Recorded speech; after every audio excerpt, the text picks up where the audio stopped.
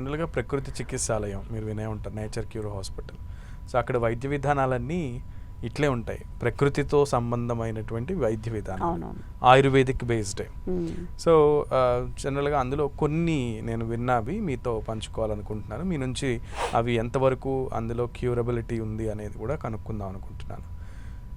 వాళ్ళని ముఖ్యంగా ఏ వ్యాధితో బాధపడుతున్న వాళ్ళకి లేదా ఏ డిసార్డర్తో బాధపడుతున్న వాళ్ళకి బంకమట్టితో స్నానం, బంకమట్టి ఒళ్ళంతా పూసి స్నానం చేయిస్తే వాళ్ళు అందులో నుంచి క్యూర్ అవుతుందని అనుకుంటారు ఒకటి.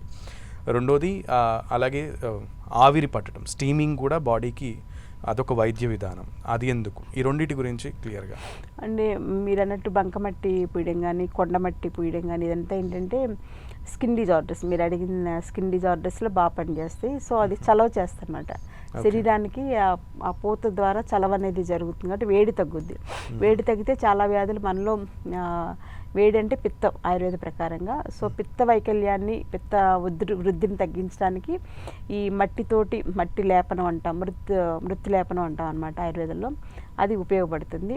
సో మేము ఆయుర్వేదంలో ఏంటంటే వాటికి ఇంకా విశిష్టంగా రకరకాల హెర్బ్స్ ఉంటాయి. వేపాకు కానీ, మంజిష్ట కానీ, ఇంకా లోద్రా చూర్ణం అని చెప్పేసి ఇలాంటివన్నీ చాలా ఉంటాయి.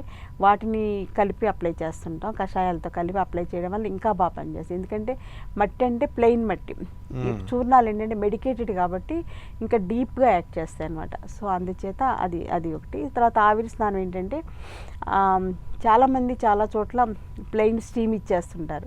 ప్లెయిన్ స్టీమ్ ఇవ్వడం కరెక్ట్ కాదు. ఎప్పుడైనా సరే ముందు ఆయిల్ మసాజ్ జరగాలి. అది కూడా మెడికేటెడ్ ఆయిల్ మసాజ్ చేస్తే ఏంటంటే సర్క్యులేషన్లోకి ఈ ఆయిల్స్ అన్నీ వెళ్తాయి, మజిల్స్లోను స్కిన్లోను ఉన్న టాక్సిన్స్ అన్నీ కదులుతాయి. మసాజ్ పర్పస్ ఏంటంటే మజిల్స్లోను స్కిన్లోను ఉన్న టాక్సిన్స్ని కదిలేలాగా చేయడం. ఆ చేసినటువంటివి బయటికి రావడానికి స్టీమ్ ఉపయోగపడుతుంది అన్నమాట ఆవిరి స్నానం. సో మేమేంటంటే పంచకర్మాలు ఇందాక మీకు వస్తికర్మ వరకు చెప్పుకున్నాం కదా.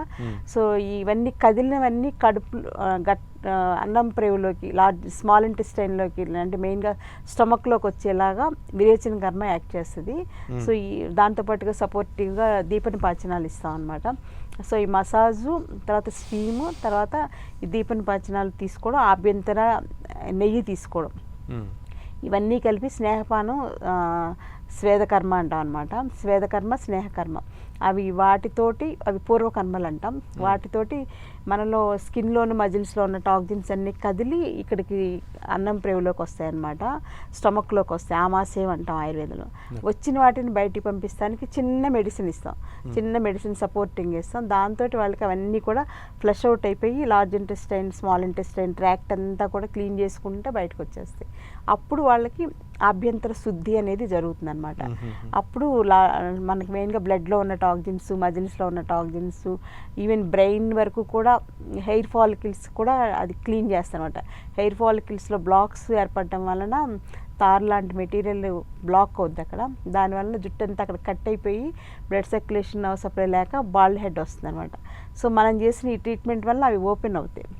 అవి పర్సనల్గా ఇంకా ఓపెన్ అవడం కోసం స్పెషల్గా బట్టతలకి స్పెషల్ ట్రీట్మెంట్ ఉంటుంది అనమాట. అవన్నీ చేయడం వల్ల వాళ్ళకి 11 to 15 డేస్లో సన్నటి వెంట్రుకలు లోపల నుంచి మళ్ళీ బయటకు మొలకెత్తుతాయి. మనకి ఎలా అయితే వరి విత్తనాలు చల్లితే సన్నటి మొక్కలు వస్తే గాలికి ఇలా ఊతూ ఉంటాయి కదా, అలాంటివి మళ్ళీ మనకి హెయిర్ వస్తుంది. అది విదిన్ షార్ట్ పీరియడ్ ఒక 10 to 15 డేస్లో స్ట్రాంగ్గా ఇనప వైర్ లాగా అంత స్ట్రాంగ్గా అవుతాయి. చెయ్యిలా పెడితే గుచ్చుకుంటాయి అనమాట వెంట్రుకలు. అంత స్ట్రాంగ్గా, అంత నల్లగా మెరుస్తూ మంచి హెయిర్ అనేది వస్తుంది అనమాట.